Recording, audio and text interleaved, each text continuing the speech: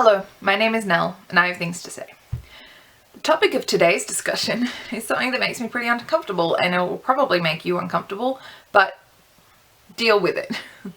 Today I'm going to be talking about poop, fecal matter, excrement, crap, just all that fun stuff. Most people don't talk about this, and for good reason. It's because you don't talk about it. You just shouldn't. It's just, it's off limits. You just don't go there. But for a lot of us, due to health reasons, due to disability, we don't get the option of not talking about it. We don't get the option and the luxury of keeping our business as our business. We can't afford to be coy about it. When you have, speaking of coy, we have a special guest for today's program. Come here. Yay. Hi. Hi, you wanna help? You wanna help? You wanna help? Oh, there's my girl. Cuteness interlude to get past the weirdness of what we're gonna be talking about. Just gonna spend some time with my Maltese Shih Tzu. Appropriate. Unplanned, but appropriate. Okay, you gonna sit with me? You gonna sit with me? Okay. Okay. All right. Back to our program. For many of us, our health issues mean that we can't afford to not talk about our bowel movements. Our bowels kind of rule our lives, whether we've got irritable bowel syndrome, which is IBS, or Crohn's disease, or other chronic illnesses. A lot of chronic illnesses mess with the bowels and the digestive tract, or physical disability, where if you're in a wheelchair long enough, your insides are going to kind of go a bit funny. So for us, we have to talk about it. Our doctors have to know, our family has to know, some of our friends have to know, our care staff have to know. We have to talk about it. And I want to just sort of put this into the void, put it into the abyss. If you don't want to listen to me talking about poop, feel free to go somewhere else. There are many, many videos on YouTube that don't talk about poop. They don't even mention poop at all. You can go watch one of those if you want. But for those of you who kind of feel alone in your little world of just fecal matter ruling your life, then stick around. If you're somebody who doesn't really need to talk to people about your bowels, then lucky you. I'm really happy for you. You might not understand what a blessing that is. For those of us with bowel conditions, our bowels rule our lives, and that's as awful as it sounds. Sometimes you might be out and you might be thinking, hey, I should probably go to the bathroom at some point. Or you might be one of those amazing, elusive people who know what time you need to poop in the morning, and you get that done, and then you can go about your day. If you have a bowel condition, you don't get to rely on that timeline. You don't get to rely on that schedule. You might be going for a walk in the middle of nowhere, and then suddenly your insides say, I'm going to explode in 30 seconds, and if you don't find a bathroom,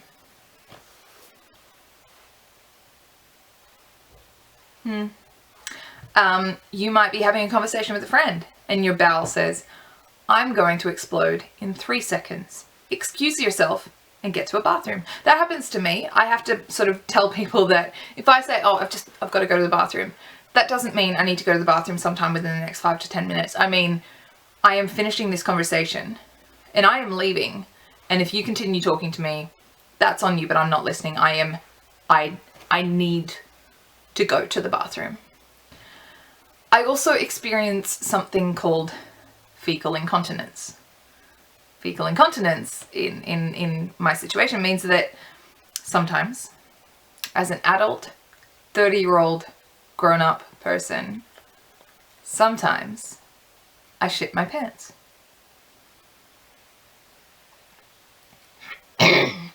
You're squirming in your seat now.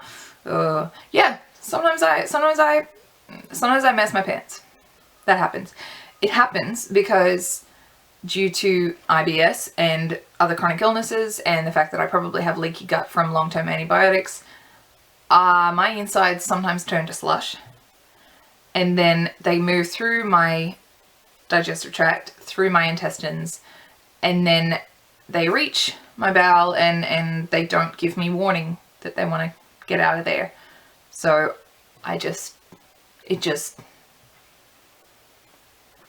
happens. The first time this happened, I think I was about 25, and I cried. I bawled my eyes out, and I called out to my mother, and I was just saying, I shit myself. Oh baby, I shit myself. Sometimes when it happens now, I still cry, because it's humiliating. It's humiliating and disgusting and shameful and embarrassing and degrading. And if this happens to you, if you experience fecal incontinence and you don't want to talk about it and you're ashamed, I just want you to know you are probably feeling ashamed. You're probably humiliated. You're probably embarrassed. You're probably upset. You're probably heartbroken. You're probably confused. One thing you are not is alone. You're not alone. I'm an adult and I shit my pants as well. So there's at least 2 of us. And there's probably more of us. But, you know, you wouldn't know because we don't tend to advertise. And these days, when I have support workers, I just have to tell them, I had a bowel accident, we need to clean this up, and we move on. But it still gets me, and I always feel like I'm a failure somehow, like I'm regressing to childhood because I can't tell what my bowels are doing, but it's not in my control. It's not in my control. I'm not crapping my pants because I want to or because I can avoid it. It's that sometimes in life, the things that are supposed to be in our control just get taken away. Same happens with bladder incontinence. That often happens with age. That's often age related, whereas fecal incontinence, it can happen at any age. It can be just brought on by chronic illness.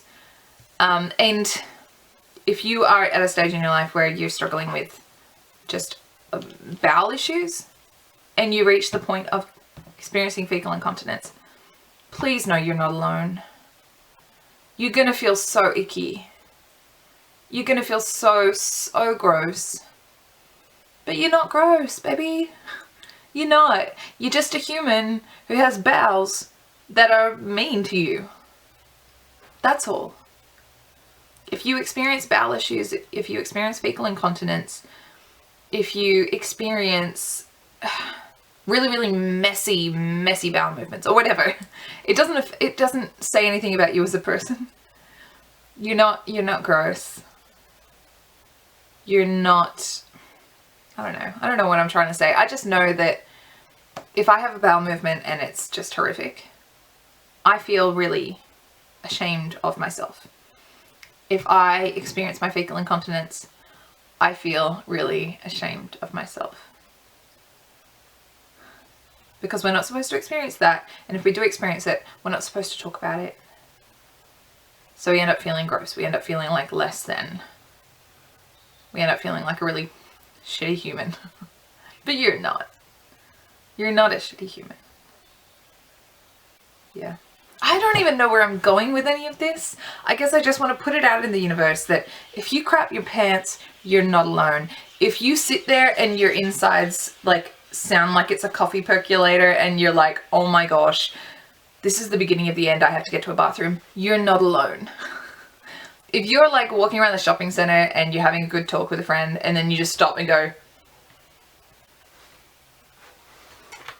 you're not alone. There are so many of us. You just can't see us because we don't talk about it. But I want to talk about it.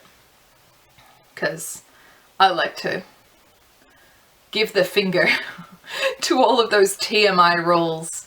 Because who says it's too much information? It's not too much information. What it is too much to deal with on your own. So yeah. If you experience bowel issues, if your bowels rule your lives, and if sometimes they win, you're not alone. Okay. I don't know how I'm gonna edit this. This is all over the place. Just like my... Bless. Let's talk about butts, baby. Let's talk about poop and me. Let's talk about all the bad things in your intestines that you can't see. Let's talk about butts. Let's talk about butts. It's the first time I've ever worn this shirt. And I feel so baller.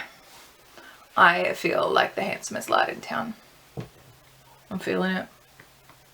I'm feeling it. Alright, bye. Bye for real.